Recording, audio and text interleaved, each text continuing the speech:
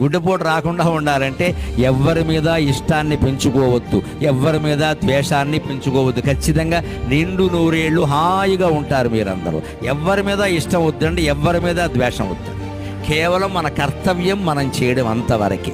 ఈ మనిషి లేకపోతే నేను ఉండలేను, ఆ వస్తువు లేకపోతే నేను ఉండలేను, ఇలా జరగకపోతే నేను ఉండలేను, అది జరుగుతుంది, వీడు ఉండడు, పోతాడు. ఇక్కడ ఏది లేకపోయినా మనం ఉండాలి. రోడ్లో ఏదైనా వస్తువు ఉంటేనే పోటేసినట్టే గుండెల్లో కూడా ఏదైనా ఉంటేనే పోటు వస్తుంది. ఏమీ లేని వాడికి రాదమ్మా. ఎక్కడిదక్కడే వదిలేసేవాడికి ఏ పోటు రాదు, గొడవల. జీవితంలో సుఖంగా ఉండాలంటే 3 పనులు బాగా అలవాటు చేసుకోవాలి. 3 పనులు, ఎక్కడ వస్తువులు అక్కడే పెట్టాలి, ఎప్పటి పని అప్పుడే చెయ్యాలి. 3వది, ఎక్కడ విషయం అక్కడే వదిలేయాలి. సుఖంగా ఉంటావు ఖచ్చితంగా. ఈ 3 ఒకదానికంటే ఒకటి కష్టం. ముందు తేలికైంది ఈ పని చేయండి. ఎక్కడ వస్తువులు అక్కడే పెట్టండి. మీ ఇంట్లో, మీ ఉద్యోగంలో ఎక్కడైనా సరే. ఓ పెన్ను తీశారు అక్కడే పెట్టండి, ఓ చెంబు తీశారు అక్కడే పెట్టండి, ఓ దువ్వెన